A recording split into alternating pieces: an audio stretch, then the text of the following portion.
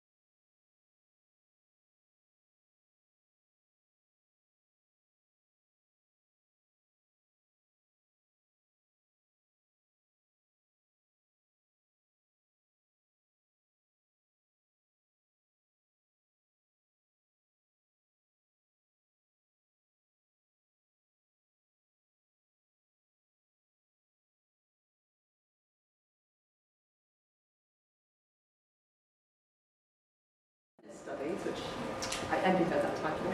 It's such a cool title. She made it up. It's so great. At the Institute of Social Studies, that is in The Hague, in Holland, an institution with which Sussex and IDS have had lots of close association over the years, very similar sets of objectives and people working on critical development issues. She may be known to many of you as somebody who edited the journal Development, and so I just asked her how long does she do it for. She's been involved with them since 1995, so for 20 years. And that's been a very influential journal for having really interesting, sparky, critical debates about a whole range of development issues, and sometimes I think also taking a step beyond some of the more conventional perspectives on development. So we work together on women's sexuality and pleasure, for example, which is the kind of thing that most mainstream development journals wouldn't necessarily go for. And Wendy's a long-term feminist activist and has been very, very involved in international, global policy discussions about gender and then also about environment, so bringing the two together, gender and environment. And she's going to talk today about that. So her title is Learning from Changing Life Worlds, Doing Research on Gender, Environment, Community, Self. So welcome, Wendy. Okay, thank you very much. And thanks, everybody. Good to have met you before. One of the reasons for that is because I'm really exploring, I guess for me, a relatively new area, although I've been writing and thinking about issues of feminism and development and environment. But I've been trying now to write it much more self-consciously around my own engagement in it, and really challenging the idea that development is somehow over there, but actually looking at development from within even. So it's a whole set of ideas that I've been inspired by in relation to feminist political ecologies, and a group of us, as I have to do, as one always does, a sort of latest book, get it here sort of thing. But this is really a sort of work in progress, and I'm hoping that this lecture is going to be part of that exploring of what I mean by putting together concepts like life worlds, rather than talking about development, for example. And what I mean about doing research not only on gender, environment, and community, but also self. So how does self come into those sorts of questions? And I'm doing it inspired by a lot of people, but particularly by Donna Haraway, somebody that I encountered, yes, I would say in the early 90s, with her work on, well, it was the cyborg melody actually, that I really got entranced by the idea of how do you think about technologies, about bodies, and about feminine selves.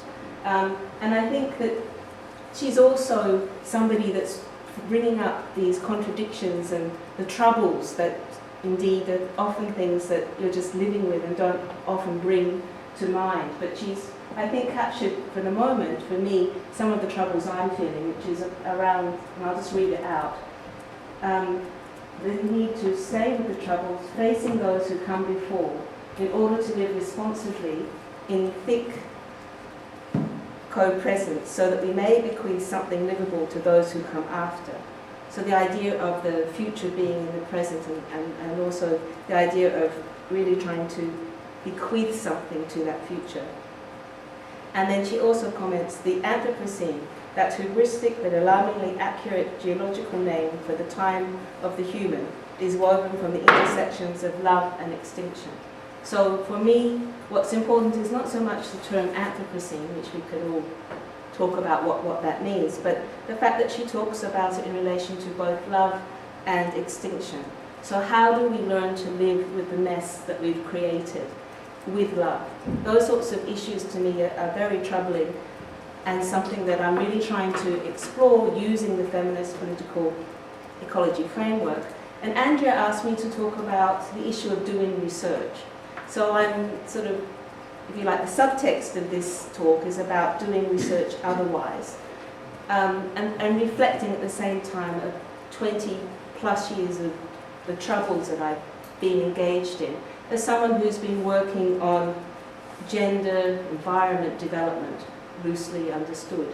And for me, there are several troubles that I've come across and that I'm trying to explore.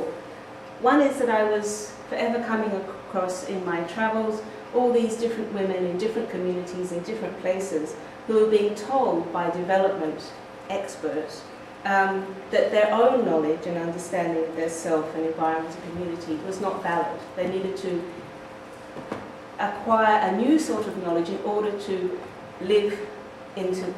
come into the modern world, or just even to live. That was one very troubling thing for me, whose knowledge was counting and who was allowed to come into somebody else's space or place and make those sorts of claims.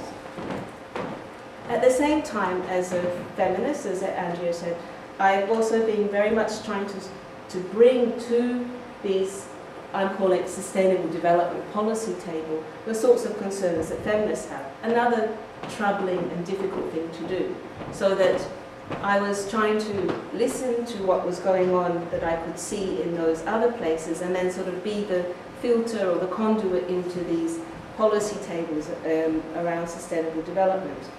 A very difficult process, because I was often not being heard, but nevertheless feeling that I needed to raise my voice. So another kind of trouble, how do you get to be heard, what strategies do you use? And then another area of troubles that I've also been dealing with has been, as a feminist, also working in environment, and the difficulties of getting the green movement to be listening to feminist issues, so particularly around the body, and where is the body fitting in environment, and particularly around issues of care, and where does different notions of care fit into the environment. I've really found those difficult connections to make. Another set of troubles, but ones that I'm continually trying to do. And then I'm now having, I don't think it was so clear, but okay, I was editing a journal, but I was working in this Society for International Development, which was a big international NGO, and then also working with feminist groups, if you like, on the side. But I was also frustrated that I wasn't able to really grasp all that type of knowledge. So I moved 4 years ago now into the academic world, and I found again a whole set of troubles around the problem of understanding these sorts of narratives of what's happening for women in relation to their livelihoods and communities, and that kind of narrative not being seen as relevant to scholars who are working on the big issues of the Anthropocene or planetary boundaries or climate change. And they're not seeing the sorts of stories I thought were very compelling and important, as important to their work on political theory, ecology and policy again, their applied work. So again, a whole set of trouble. So that's really sort of the background to what I would like to explore with you. How am I trying to think through these troubles by doing a different form of research? Not so different. Feminist political ecology is hardly new as such. But I think at the moment it's a rather exciting one. I was actually here in this room in September, and we were announcing that we were going to have a kind of new feminist political ecology, and we called it the F word. Trying to be intriguing, right? F word. So what could the F stand for? Many different things, feminism being one, but trying not to sort of tie ourselves down into just political ecology, but trying to open up to the idea of there are many different worlds that we need to look at if we are really trying to challenge these dominant paradigms of international development. And I would probably add, although I haven't got it in the slide, all the implications that has then for the environment. So this is really where I'm now positioning myself, and it's something that has been, there's a whole range of scholarly work behind that. Diane Rochelot was also in this room. I would even put Melissa Leach as somebody who has been working in this area, although she might not necessarily want to have the label. But she's certainly been engaging in those conversations. And Lila Mehta, who's also here, who's working in these areas. But basically, this is just to sort of, to situate it now some 20 years ago. So it's a 20 years old discourse. But it's basically looking at the very definition of environment and looking at it as a gender discourse of environmental science, rights, resources, and environmental movements, using feminist critiques of science as well as the analysis and actions of feminist and environmental movements. So a whole set of different knowledges informing that particular framework, if you like, which I'm now seeing as re-emerging at the moment. And again, it was the STEPS conference, Resource Politics, I think it was called, where you could see there was a lot of interest being sparked again, and actually where that book was launched, but also Melissa, for example, launched another book that was equally engaging in those sorts of issues. But it's also something that is very deliberately political. It's something that is trying to challenge the dominant paradigms. And as we're 2015 with the Sustainable Development Goals, those of you working in development, and probably all of us aware of Paris coming up in December, the whole issue of climate, I think it's also a strategic political discourse that is trying to look at how gendered subjectivities, ideologies, and identities are reduced, contested, employed around this governance of livelihoods and environment. A big slide, but just to give you an idea of, it's not only a 20 years, let's say, framework within academia, but it's also one that's been trying to engage in the Sustainable Development Goals. So I just wanted to outline a little bit more about the feminist political ecology approach, and then go to some of my own stories about how I'm trying to do that research. So I guess I'm doing it because I want you to see some of the key terms that are not the ones that are usually used in the kind of development discourse, or even in, I would be certainly recognizable for feminist theories, but it's something that's trying to engage with a whole bigger critique of development, which I would also link then to people like Arturo Escobar, who I've worked with, and the whole post-development critique, and also now decoloniality, for those of you that are familiar with those terms. So it's sort of coming together with different kinds of disciplines and different kinds of research approaches. But most of all, I think the most important thing is it's trying to see those interconnectedness of all different forms of life, and then the relevance of power relations, including gender relations, in decision-making around the environment, if the environment is key to that. And it's also got a very strong vision of a very different kind of world, if you like. So it's doing research not only to understand what's going on, but also to, in doing the research, envisage what else could be possible. So it's in that post-development tradition of looking at alternatives to development, not just critiques of development, if you like. And in that sense, the ways of doing research is very much connected to the types of movements, the types of work you're involved in, and what, if you like, sort of feminism otherwise, in the sense that you're also reflecting and critically looking at your own feminist practice. And in that case, and I guess this is where I feel it has, for me, a very important resonance, is that on the one hand it sees the violences and the deep disconnects with science, with different kinds of knowledge, with the dominant hegemonies, etc. But it also recognises possibilities and hopes. So it's not a totally damning of what's going on in the world, but it's actually trying to say, okay, we're here, we're going to have to, we see these troubles, if you like, we have to work though with that discomfort. We can't just walk away from it. We can't just imagine something other that doesn't exist. We need to work with what is here. And how can we live with that, both in relation to what's happening in nature, but also what's happening in culture. So that's the approach. There's not a sort of, you go and do a case study. You live it, you work with it, you're looking at the troubles, you're trying to understand what is going on in your own environment and culture. I'm feeling this one now, I'm not sure what's happening. You can't hear me. The windows open automatically. Okay, great. So we can all breathe. That's wonderful. Okay, so the issue then, I'm talking about life worlds. What sorts of worlds are we looking at, and what sorts of practices?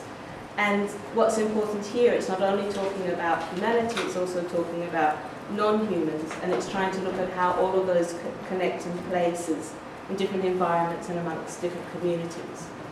So some of this is recognisable, I'm sure, to you who's doing gender, who's doing development, and also environmental people, but it's trying to come at it from a different point of view or a different kind of research. So these are the, again, I'm work in progress, but for me these are the kinds of central questions, which are very, very big questions, and then I'll be coming down to the smaller questions that can be answered in place, if you like. But I think it's important to frame it in this way, particularly here in IDS, and particularly for me, somebody who's working in the Institute of Social Studies, because it is, if you like, engaging with the development discourse, but at the same time it's trying to step outside of it and really look at it in a very strong questioning way about how do you deal with all this developmentalism, with extractivism and modernizing violations. So to recognize it and to say that in order to recognize it, we can also then see other forms of imaginaries as well. And that we're doing that in order to repair some of the damage done by the actual practices of these disconnections. So it's again, it's a political project, but to some extent it's almost a philosophical project in that sense of standing outside but inside at the same time. But in doing so, trying to really change our framework of how we understand what we call the world, or the living world. Okay, so I thought I'd better place myself in that world. And as I'm now a official academic, I also put some of my books there as well. And this is the little journal. But actually, I sometimes, just to see the eclecticism of what I've been coming from, like where I came from many different paths of trying to understand all these different connections and disconnections. And I've really been doing it, trying to do it in this possibly old-fashioned way by now, of talking about it in relation to grassroots or like the place-based issues and community organizations. But I guess I see that I've been doing over the years really trying to understand the types of connections and disconnections between those women's communities that are really living their lives in particular ways, and the ways in which different social movements or NGOs are engaging and having conversations with them. But then again, policymakers, how they've also engaged in those issues as well. So not to put sort of any order on that, but it's quite a messy business the way that was going on. And the types of things I've been trying to write about reflect, I think, some of that messiness. But it's certainly not in this field, just to be very clear for those doing development. I'm not, and because now it's been, green economy is something that we're really having to talk about in relation to the Sustainable Development Goals, in relation to many things that we're trying to do to change the problems we're having with the environment. But the ways in which I'm starting to ask these questions is not so much from the issue of sustainable development that's grounded in economic growth, but really trying to start from bodies, emotions, everyday practices, and human and non-human relationships. So it's, again, quite a different starting point. And it's also trying to contribute to these sorts of counter-hegemonies that are really trying to challenge and nudge to some extent the mainstream sustainability debates today. So again, just trying to be very clear about where I position myself, partly because I did spend 23 years working in that sort of mainstream framework, so I need to be very clear that that's not really where I'm positioned now. And I am indeed trying to study these life worlds. I'm trying to think about, like, indeed sustainable development goals as a particular imagination of how they see the world. So what are some of the future worlds that I would like to see desirable? I and others working with Feminist political ecology. And I'm interested in where do we find those sorts of imaginations, those sorts of understandings of sustainability, environment, and new forms of living. So I think where we start is by people who are deeply affected by the sorts of violences of development and the types of extractivism and things that have been going on that are really affecting people in place. And there are so many stories, so many pictures you can find, so many tragedies really of people's livelihoods, people's bodies, people's environments being overridden by developmentalism. And many resistances to them as well. So one of the places that I'm starting, or not starting, I've been engaged in thinking about these new life worlds are in these what I call side streams to the mainstream. People like to play with words, so you can have mainstream, side stream. And these to me are not just sort of existing somewhere outside of the main framework, but they're actually right there, nudging, working with the mainstream. And even though I'm sounding very tough talking about the violence of development, extractivism, etc., these sorts of side streams exist alongside and are interacting and changing and moving those sorts of dominant mainframes. And I think that those are also, that these are the sorts of stories which help you understand the mainstream as well as what's going on in the side stream. And it's in those social and political and cultural contexts that I'm interested in finding the types of stories that help you understand what kinds of living worlds we could move towards. So I'm going to tell you rather quickly about three, although I'm actually going to focus, I decided, on the one that I'm really working in and living in. Because of course I'm much more competent to talk about that. But I did want to mention at least two others, because I think most of all they're very famous. I'm sure people have all heard of Bandana Shiva. Do I see any nods? Yes. But I think it's important to acknowledge the type of work that she's been doing and that Daniel has been doing as well, because it has such a kind of critical resonance with some people. Some people see her as not doing things that should be looked at as sort of feminist political ecology. Maybe dismissively seeing it as eco-feminist, or seeing her as, let's say, taking all the attention away from the small women farmers and the people who are collecting the seeds and all the work that she's doing. But nevertheless, I think it's a very important example of this feminist political ecology in action, in the sense that she's working both at those local levels with the women farmers, working with the seeds, all the types of resistances and people's movements that she's engaged with, but also as a scholar activist, very engaged and grounded. And to me, these are the sorts of stories we need to keep informing each other, particularly as feminists, in terms of saying people have been living their lives and living to their principles and really creating very different forms of worlds. Because her, that world that's created there and her connections with other worlds are, I think, a very important side stream to the mainstream of development, which moves, in fact, in and out of different arenas.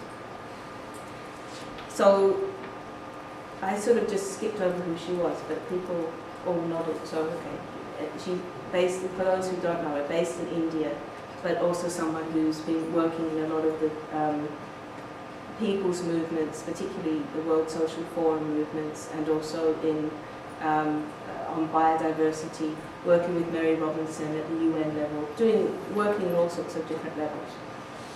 And then the other, this is a whole group of women and men, La Via Campesina, also I'm sure very familiar to people here. Not so familiar? No, okay. So that's good, so I can tell a little bit more of that story.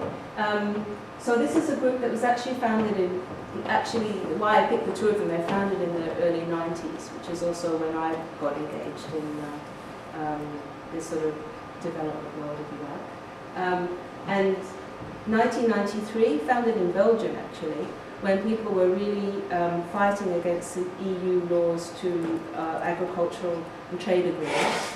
And it's spread to over 73 countries now, huge millions of people involved, particularly in Latin America, but also, of course, a lot in Europe as well.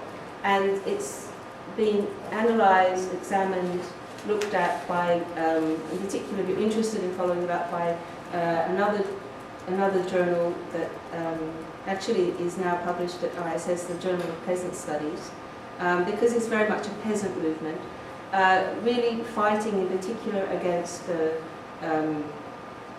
fighting for, I should say, for food sovereignty. So very much engaged in the food debates.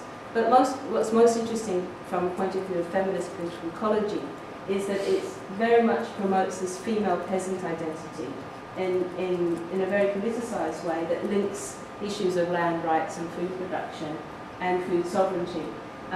So it's a grassroots fight for land and for better food that has really moved out across the world. So again, if you're talking about side streams that are nudging mainstream development, La Via Campesina is one of the key networks in relation to the concerns about food, as well as about environment, as well as about social justice. And again, I'm not going to spend too much time on it here, but at least if you're not aware of it, these are the sorts of people who are around the UN, will be in Paris, are really concerned to be at that global level, but at the same time very much working in communities. And I'll be talking a little bit about what they do now in Italy, which I'm now moving to. So I'm now moving to where my heart really is, which is Bolsena in Italy. It's about 2 hours north of Rome. And it's where I've been really exploring concepts of life worlds and how do you live or practice feminist political ecology.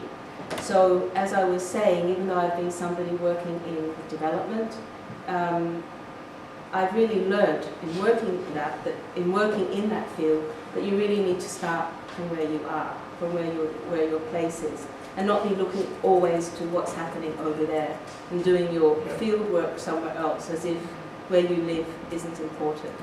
And that's, I'm originally Australian, so this is not my original place of birth, but this is where I've come home to. And you can see I've come home to a very beautiful place. It's by the largest volcanic lake in Italy, in Europe, I think. And it's somewhere that I found myself doing a lot of not only research, but this feminist political ecology that has enabled me to really turn back and be, I think, stronger in my own critique then of what's going on in relation to development and in relation to environmental policies.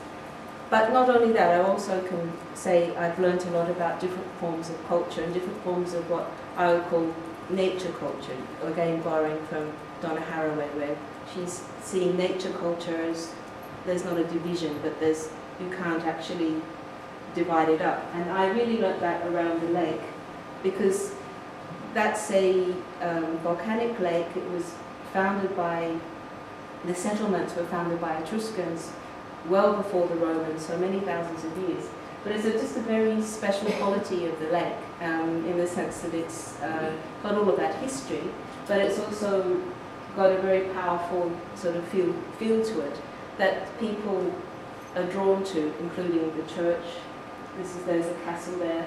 But it's just been a very fascinating place for me to sort of recognise all those layers of history, but also a lot of different changes in relation to the nature and the watershed and the actual landscape.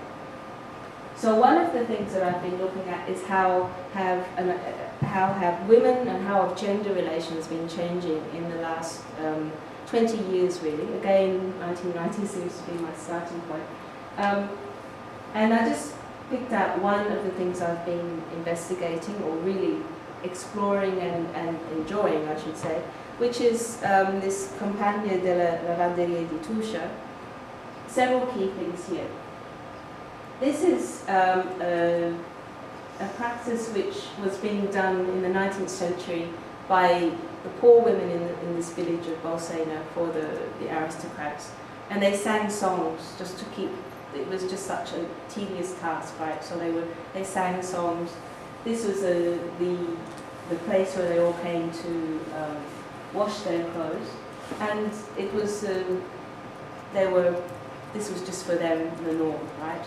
This practice died out, but it was rediscovered by an enterprising teacher in the area who lost her job and then was sort of wondering what to do and thinking about how to deal with all the changes that were going on. And she basically reintroduced it, and it's become something that has really thrived in terms of a community of different women in Bolsena and now in the region, reviving the songs, singing the songs, but also engaging people in thinking about what was the use of the water, but also the types of lives that those women led. So it's a sort of celebration of those women's lives, but also of finding this culture that that had been lost.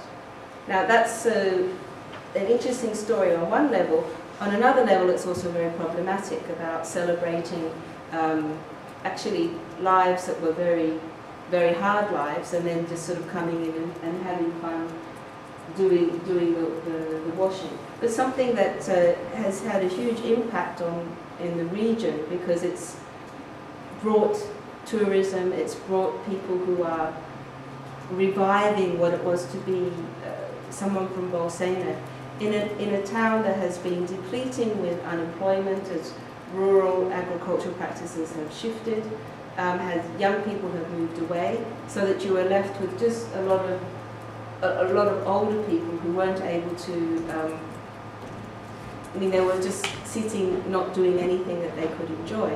So this lavanderia really enabled them to sort of start to celebrate again the culture of Bolsena, but from this very women's and also very working class and a particular culture of the region.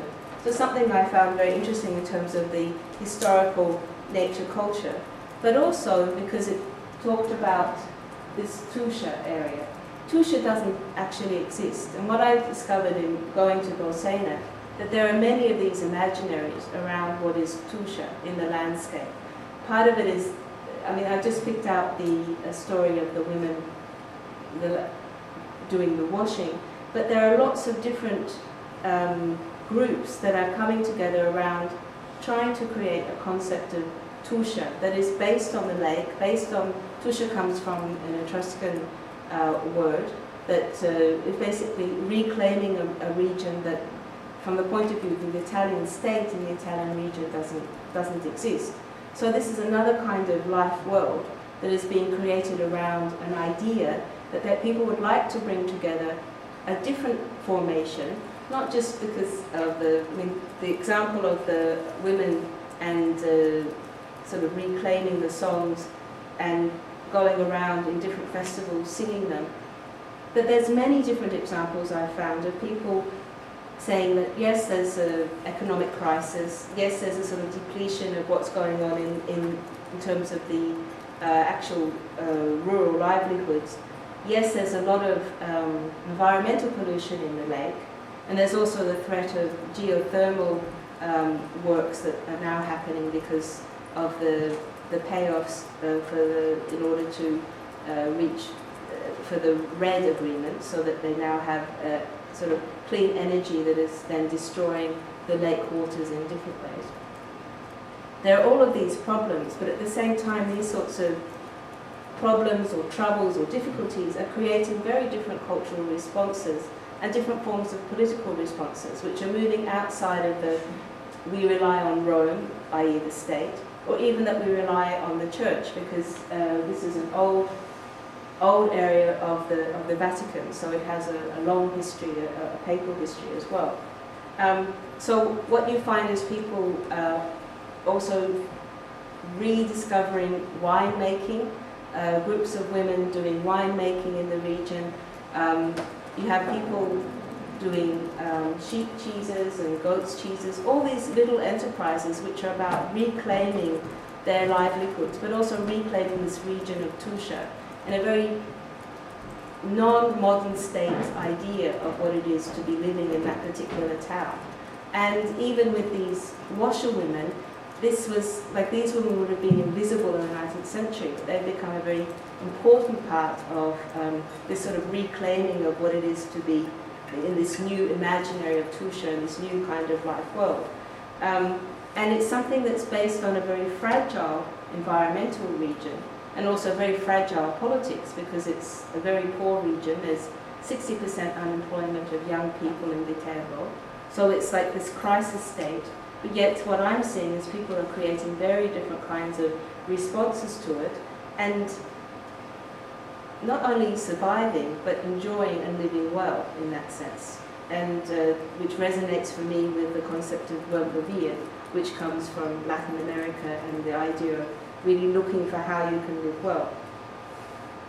And it's certainly also linking up to movements like the degrowth movement, and to people like Vandana Shiva, who and the slow food movement, and La Via Campesina. These are all global movements which are also moving in and out of Bolsena, so that you don't just have a little place which is frozen in time and being working through a recession, but you have a place that is also linking out into these global movements and into these ideas of not only being a new place in terms of this imaginary of Tuscia, but also being a place that resonates and works with other global movements or other places that you then connect to, which you can connect to via the sorts of work like La Via Campesina, through social media, but also through the different sorts of meetings that happen around. So for me, that's a little vignette of an area that I've been living in, not by accident. I came because I was invited to give a talk at the convento, which was, I can just go back, which is this Convento Santa Maria di Giglio. And then I just found a place that was very poor in a certain sense, but very rich in terms of histories. And then all these different alternative things going on. And I think that for me was just a moment where I thought I really want to connect and link to that place, and to sort of, if you like, come home to it. But also to understand it through the sort of work I had been doing, which was around, in the development context, what I was calling the politics of place. So I just wanted to complete my talk by just giving you, having gone into that world of Bolsena, I hope I captured it a little bit for you. I want to just go back out and then think, well, having lived, or as I am living really, not having lived, but as I am living this sort of new type of life world, it's not that it's a perfect, ideologically wonderful place, but it's an interesting place because people are really having to change their livelihoods, the ways that they're working together because of the crisis that's around them. And here I am in development, or was, I guess, positioning myself in development. Well, as you remember, I began the talk by saying that I was going around in these other places where people were working with women's groups to tell them what it is they should be doing in order to join the sort of modern developed world, to put it very simplistically. And then here in Italy, at the heart of a very long history of Western civilization, you had people having to reinvent and rethink similarly the issues around what kind of politics do you want, what kind of religion do you want. I didn't even mention the kinds of other religions that are going on there in relation to the lake and relation to sort of anti-Catholic church practices. So many things once you really dig deeply into these places.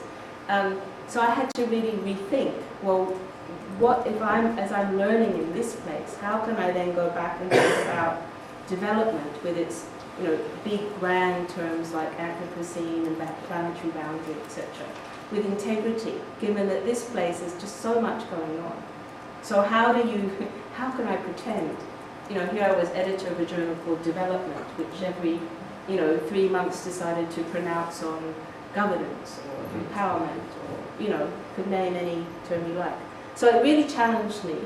I mean, I'm setting myself up here a little bit, but I think it is something that really made me rethink what it is that we're trying to be doing. But most of all, I did do one of those books that were there called Women in Politics of Place, which I did with Artur Escobar again, which we had already kind of theorized these sorts of things, that places are not static, that they're really changing, and that they're really also, as they change, join different forms of other economies within and outside of capitalism. But what I want to do now in the feminist political ecology framework is try to then see how that everyday life of what's going on in places like Bolsena really connect all those sorts of gendered histories, like the washerwomen, and the different kinds of gendered power relations I'm seeing changing as women start to make wine. That becomes a real challenge to a knowledge that was men's originally, for example. They're not doing it to be feminist, they're doing it because that's the work they can do. And their father had a winery, so they're able to take that place. These sorts of changes to me are very interesting and important. And it's also for me, if I'm just looking at Bolsena, I think that these sorts of changes are being negotiated in many different parts of the world. And that's why I told the story of La Via Campesina, which links those places up. Or even people, and I deliberately chose Vandana Shiva because she's become something of an icon who has connected these sorts of issues around ecology and feminism. So that you have that sense of hope and possibility, that you're not only just in Bolsena trying to do your work, you also have all those potential connections. And in that sense, it's when we're really sitting there thinking that the world is about to come to an end, when we open the newspaper, at least I read The Guardian on my phone, so I don't open the newspaper anymore, but you do see almost all the time these sort of, tragedies of all sorts of climatic tragedies, from the floods that happen here in England to polar bears not making it on the ice or whatever. I mean, these sorts of things are really part of our fabric now, part of our story of we're not going to survive. So I think that this is where we've got to be it's very key to start to tell alternative stories and also make those sorts of alternatives happen by paying attention to what ordinary people are doing. So that I went to Bolsena to give a talk, and then I thought, oh, this is a beautiful place, and I can sit and enjoy it. But I also think I've really learned a lot by listening and seeing all the changes that are going on in that place. And for me, that's something that becomes important as you try to counter those very dominant doom and gloom narratives.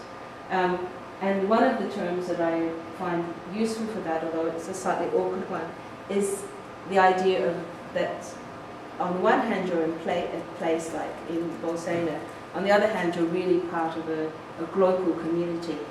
Again, I don't think this is an original term, I think it's a term that we've been talking about for a long time, but I'm really recognizing it now as something that you really have to work with if we are going to overturn this very, this very difficult violence of development that we're in. So I don't, for timing, is this okay? Absolutely. Yeah, okay. I'm sorry, I'm not timing. Yeah, okay. So I guess what I'm I think what I'm trying to do is there was a sort of, if you like, there's a rather messy description of Bolsena in my talk. I mean, it's messy in the sense that I'm just noting all of these sorts of things going on and trying to think about how can you make the connections to others.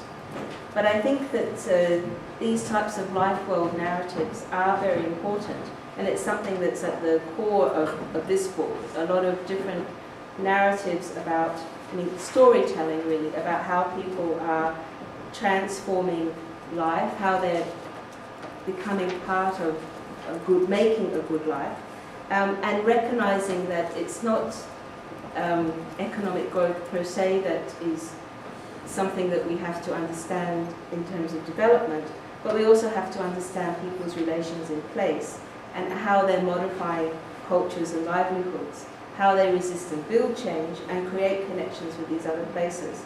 And for me, that sort of connecting of sites of change and co-creation of knowledge otherwise is really what is at the heart of my research, and something that I'm confident, as I said when I was in this room in September, a lot of other people are also trying to work through these sorts of narratives and these sorts of everyday worlds. And to, for me, these are the sorts of research strategies. This is partly because Andrea said we have to talk about research strategies, but I'm not going to put up these sort of big graphs and say you do X, Y, Z. I'm much more interested in saying you really need to engage in conversations with people where you're living in order to really unlearn all those sorts of uninational, colonial, monoculture learning, which I'm busy teaching, of course, at ISS. Never mind. But I really think I'm also trying to unpack that in order to say that we all have the knowledges in order to make those sorts of stories which can then counter the dominant knowledges, so the side streams that can nudge the mainstreams. And for me, in that sense, it's very important, as I've stated, development isn't just happening in the South.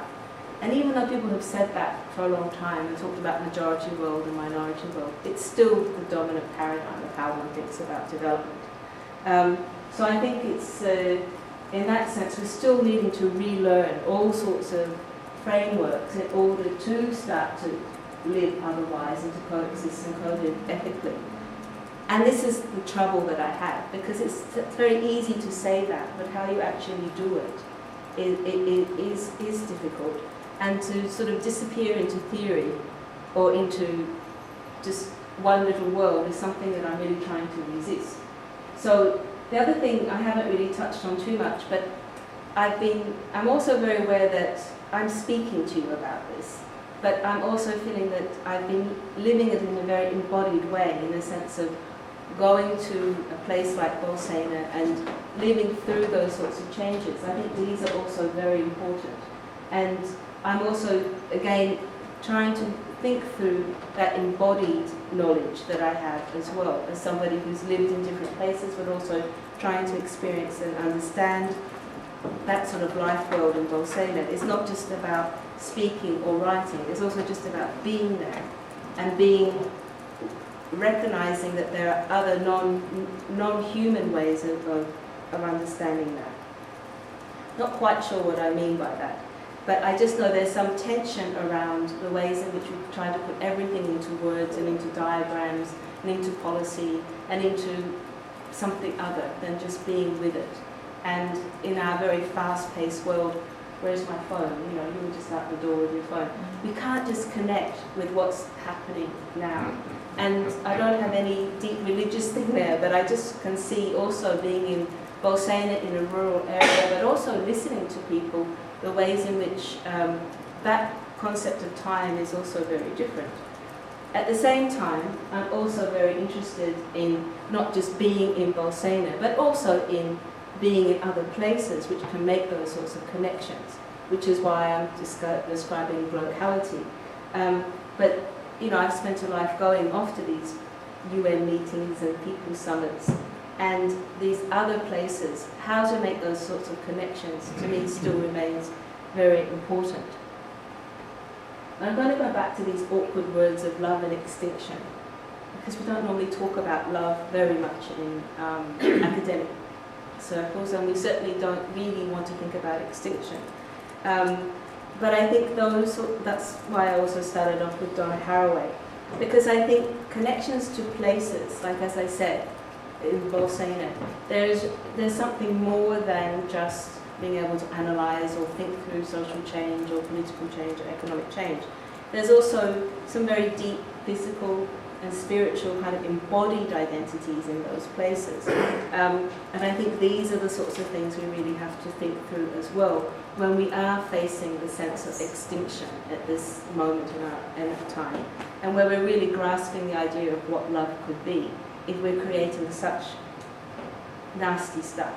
If you go and swim in the lake, it's beautiful, but there's a lot of junk in there because of all the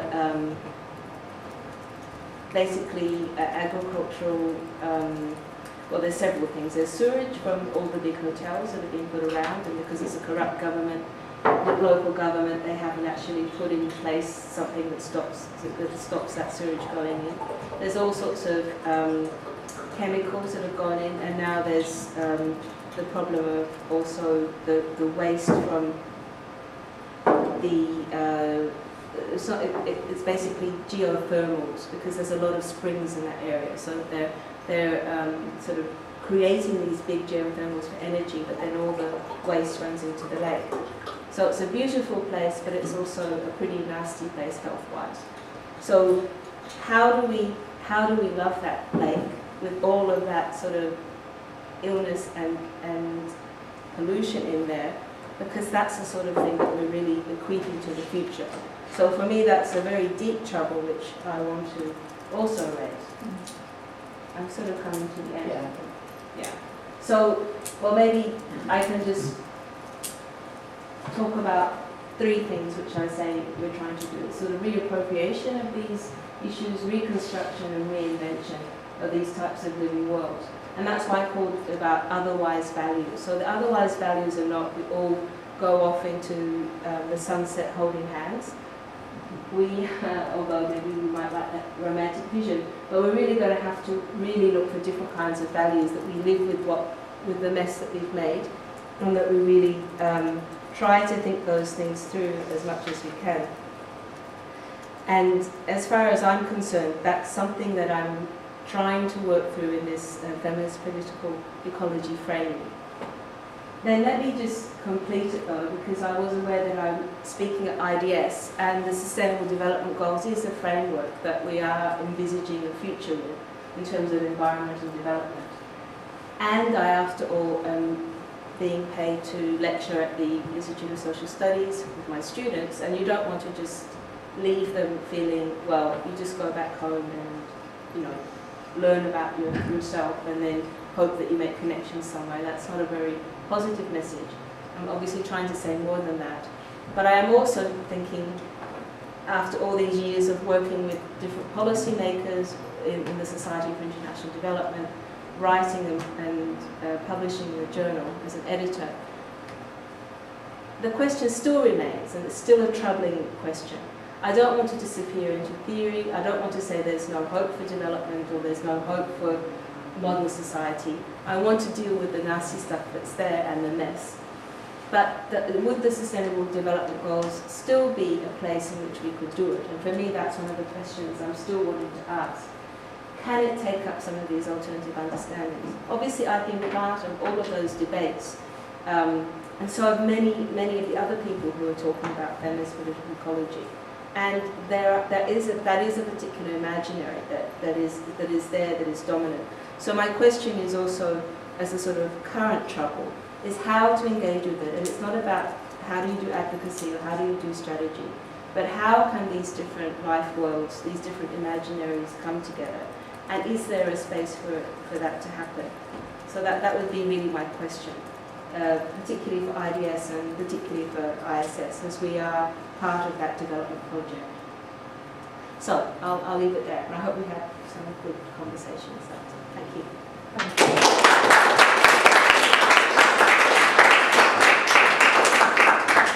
So just to apologise, the reason I kept on nipping out is I have a 13-year-old daughter who is, anybody who's had a 13-year-old daughter, those of you who've been 13-year-old daughters, not always very easy to track down. She's got a broken phone, so when she phones me, I have to try and So anyway, so care responsibilities, as Wendy says, the whole thing about the local and the global. Here I am, I work in gender and development, I work on issues of power, and then how that in our own lives ramifies and connects with the kind of things that we're able to do. So to apologise for that, I wouldn't normally go out and take phone calls, but these are children phone calls. Just to turn to your neighbour, or somebody near you, and just have a little bit of a buzz, just thinking, what are the things from what Wendy said that connected with you that you'd like to ask some more questions of? You know, just let the stuff that Wendy was saying, there's lots of richness there, lots of really interesting ideas. Yeah, what kind of stuff can we now feed into our discussion? So if you're sitting on your own, look at somebody else.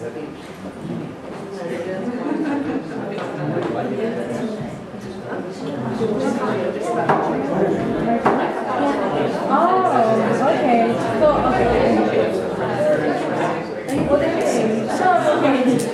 So this is very thinking so much.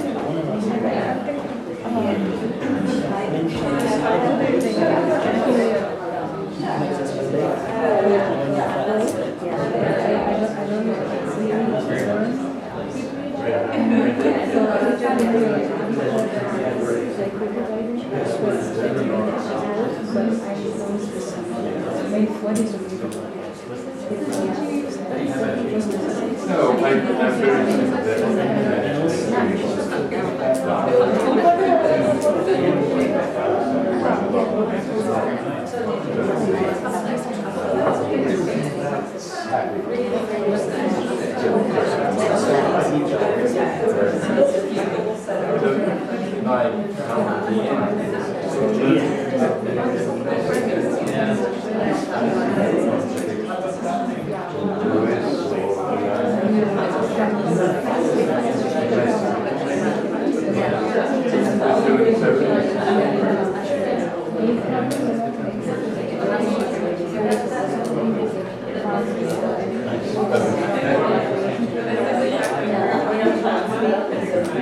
I'm very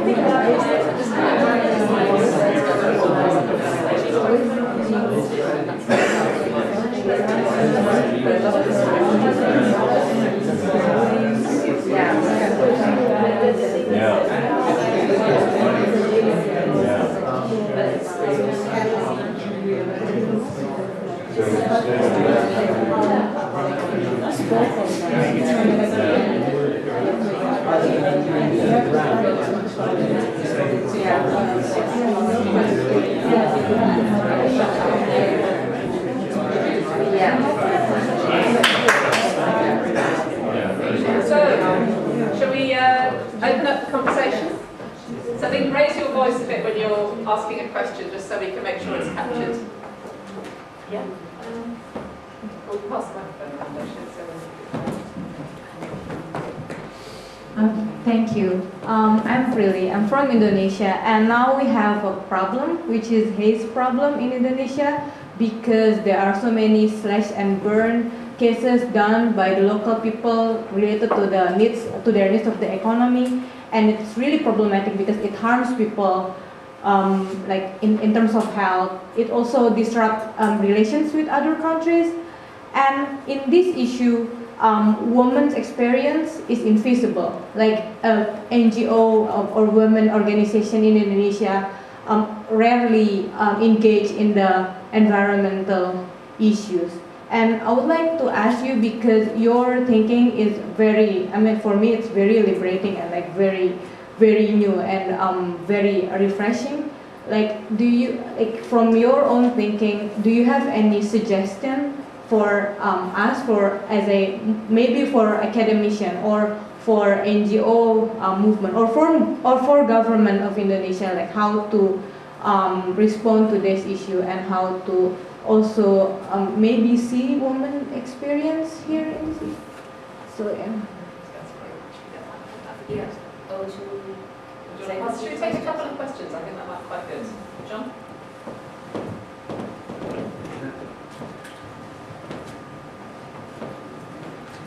Great, Wendy. I really like that, and I really like the connection to place and resistance and thinking about alternatives. But I particularly love the metaphor of mainstreams and side streams, and love for you to elaborate on that a little bit. I was just telling you, Richard, because I'm engaged in my local community, last night I went to a talk by a hydrologist on flooding and what they're doing about it. And I went back and told my wife, I said, that sounds like a metaphor for development. Because the way they've tried to solve flooding in Sussex is through a monocultural approach of dredging with giant machines and creating embankments on the side, which had the effect they're realizing now of wiping out all the biodiversity and only giving one direction for development, the water, to go. So now actually they're knocking down the embankments in some places to create side streams. And the argument they were making, I thought so apt to your analogy, the side streams serve three purposes. One is they're a place for the small fish, the new idea is to grow and be spawned and to be nurtured with some protection because the predators can't get in there because they can hide in the bushes and the reeds.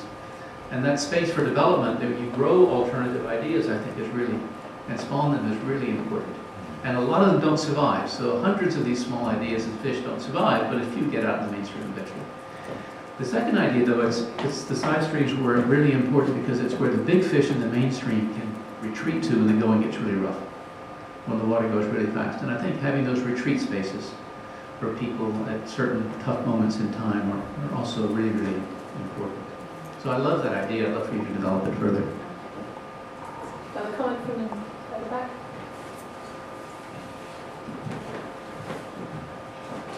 Hi Wendy, thank you very much. I really love that too. I'm Becca and I teach in the Department of Education.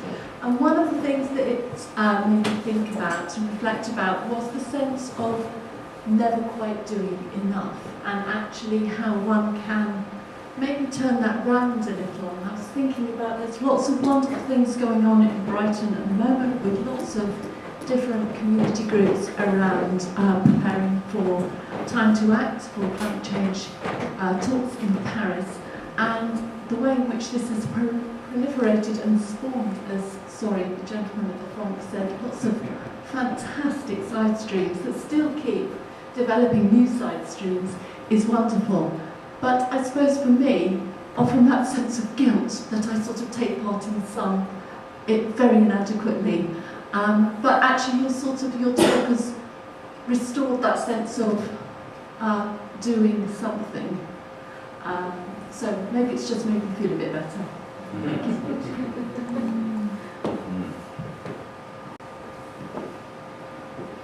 Hi, thanks a lot. I'm Vicky from University of Brighton. I really found that interesting, especially because of my work on children's life worlds and looking at the stories of agency and change within different cultural and political contexts. But I wanted to ask you two things. I mean, one thing is that having looked at that kind of very important notion of young people being agents of change, also recognising vulnerabilities and looking at some of actually Judith Butler's work on vulnerability and resistance is really interesting. But also I wanted to ask you personally, having been in an NGO world myself for 20 years, really what you're talking about and some of the people that you're putting forward as heroes, heroines, whatever you want to call them, are part of social movements, and there's a real tension between academia and encouraging social movements and change from the ground. And I wondered how you felt personally about that. Yeah, so very diverse comments there. So Wendy's going to respond to some of it. We'll come back to some more. Well, first of all, on Indonesia, I know about the haze. I wish I could tell you what it was you should do. But all I could say is that you do have different women's groups in Indonesia that are, you probably know, who, you're probably right, aren't thinking that this is an issue that they can work with. But on the other hand, that's also where your sort of research, or your connecting with them, could actually help them see the importance of that as also as a women's issue. At ISS, it's in the Netherlands, so there's quite a few Indonesian students, women students, and I'm very aware that they feel that they're often invisible, even in urban movement, resistance movements, right? One student just finished a master's that looked at Bundaran, the hotel, the square of Hotel Indonesia, the Bundaran. Bundaran HI. Yeah, that's right. Thank you. And she was looking exactly at that issue of, in fact, women were doing many things, but were not the ones that were speaking or the ones that were engaging, unless it was on gender or on sexuality or something. So I think there is awareness of younger women that needs to be done. So all I can say as somebody very far away is just to say to encourage the connection between the environmental movements and the women's movements, and to haze is a social issue. It's not just an environmental issue. It's a major issue for health and well-being for those communities. So I think you could and others make those connections. And yeah, I think it's now rising to media, right? People are becoming aware of it, so that at least you've got some hold onto that. Oh, okay. Thank you for that. Good luck. In terms of mainstream and side streams, it's lovely that you carried through that metaphor more. I don't think it's a particularly original one, but it just occurred to me that that sense of we're always talking about counter-narratives, or as if you have to flip the other side. Whereas my experience in life is that you're much closer to that mainstream than you might want to be, but you are part of it, in fact. So how to make the links and be much more organic about it. And I think that's how we live our lives as well. So to move away from those crisp-cut lines, but to see it. And I was reading in The Guardian exactly about the problem of Lewis. I was thinking of Richard, actually, around your town as well. There are these problems of floodings and what have you. In The Guardian, yes, yesterday. Anyway, so I think there is a major environmental issue, which is also what I was trying to bring out, that Italy, another developed country, having all of those issues, including biodiversity. That's another problem also with the lake, they're losing all of that. And the idea of retreat spaces, if I could be a little critical, we are in this privileged position of feeling we can retreat. Many people can't retreat to anywhere, and that's one of the problems. And I see in Bolsena my privileges of moving in and out all the time and having the luxury of writing about it or giving talks about it. And people will be, oh, it's wonderful, Wendy, you're going to, where are you going? Sussex, to talk about us. Oh, wow. But what does that mean? I mean, how do I bring that home? Yes, it's something that is, again, problematic, which we just put on the table, but we need to keep continuing pushing ourselves to think, who has the luxury of these retreats? The big fish. And our own luxury or privilege here in academia, we have to use it responsibly. Not feel guilty about it, which goes to the question of guilt, because I think we're all prone to that. Andrea being one, feeling guilty because she has a daughter who needs her. I mean, that's crazy. I mean, of course you've got daughters that need you, and it shouldn't be a priority to be in this room if she needs you, that sort of thing. But yet we all have this idea of we should be doing everything all the time. So I'm trying to slow down. This is also part of the slow town, slow movement, transition town idea, and just do what you can do well and not feel you can do everything, but really celebrate what is going on. I think the other thing is to be positive and not to keep talking about, oh, it's impossible, because of whoever up here is saying something, we can't do anything. So at least say, I'm doing something with integrity, or whatever term you want to use, and feeling that you can love what you're doing, and it will make some change, but without being toffee, sweet, sticky stuff around it. Knowing it's not particularly easy or difficult. But if we're not doing things, how on earth can we imagine people who are living in the haze in Indonesia are able to do things, right? So I think we just agree on that. I'm glad that you felt better about it. Your response also helped me as well. And to life worlds and narratives, I think for me it's been just a challenge as somebody that's been working in political science and social science to even claim that I can use terms like life worlds and narratives, because it's something that it's something that is sort of counter to your disciplinary training. And I think that it's so important that we use far more creative and imaginative and interesting ways to talk about these troubles and problems. Because if we stick to our disciplines, we're just repeating the same mistakes all the time, according to me. And at the same time, if you ask me, social movements versus academia or versus NGOs, all of those tensions are there, and they're certainly still there for me, being a professor or whatever. But I think the important thing is to speak to those as well, so that if you keep them hidden and not invisible, then you're never going to make the changes which I think you need. Because I think that picture I showed of all those women, there are millions of those pictures, right? There is so much resistance and so much concern. Social movements, he's gone now, but I mean small towns really trying to take their own agency in their hands. And yes, I don't know much about children, but I do have 2 daughters of my own. We're going to talk about families.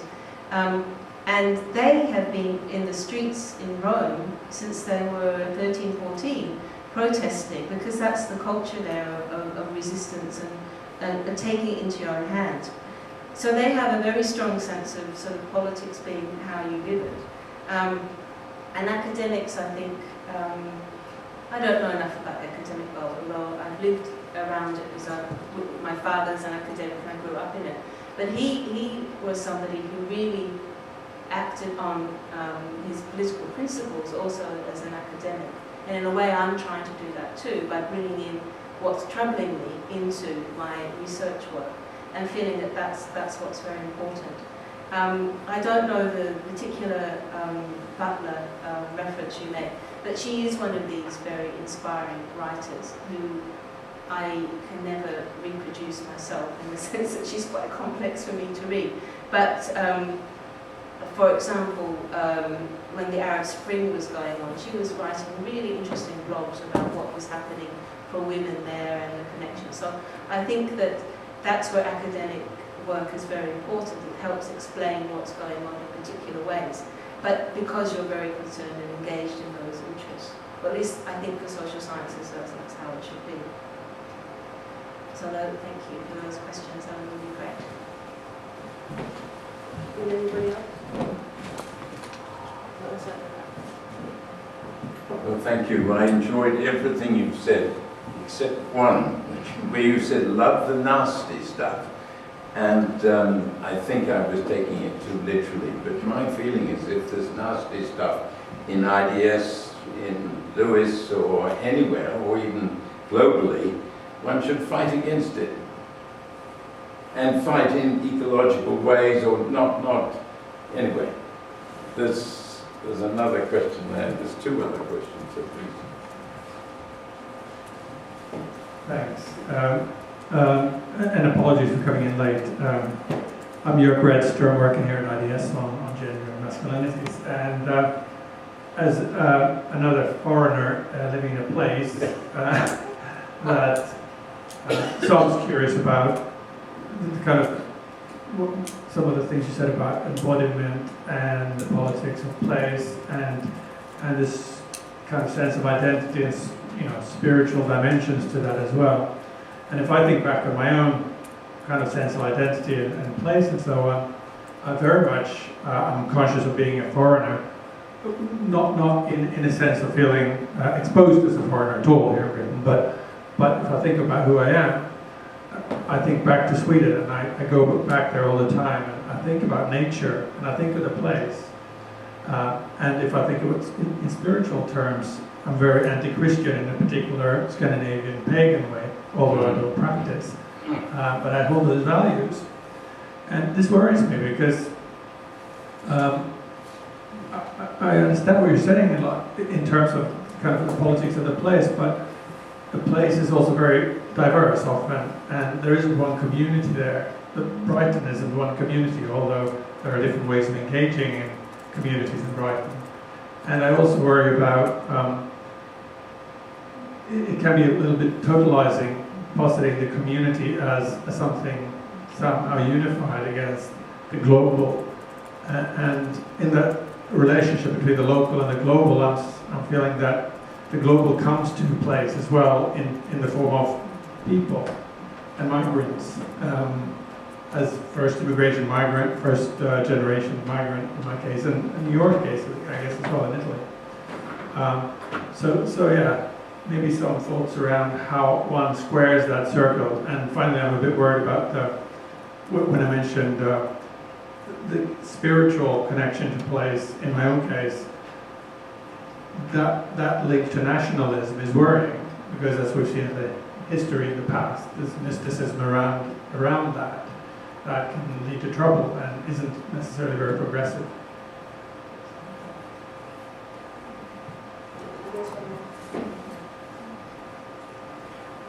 Hi. I was thinking about actually what Richard just said, and how I kind of encountered that in this past year when I was living in this big city in Madagascar that seemed very different from how I imagined it to be and from what I wanted to think of it as. And partially just because it was so globalized and people liked living there so much who were from Madagascar, but to me it was like everything that was the problem. It was like the mining city, there was lots of prostitution and awful poverty, and I wanted to run away from it. And I think for me, trying to love like the nasty things was just acknowledging that this was what is going on right now. And this is the present. And all these people who kind of started to make me uncomfortable were real people too. And to engage with them and try to figure out what to do with that instead of running away from it. And I just wondered if that's kind of what you were getting at with that, of sitting with something even if you're not really sure where it's going.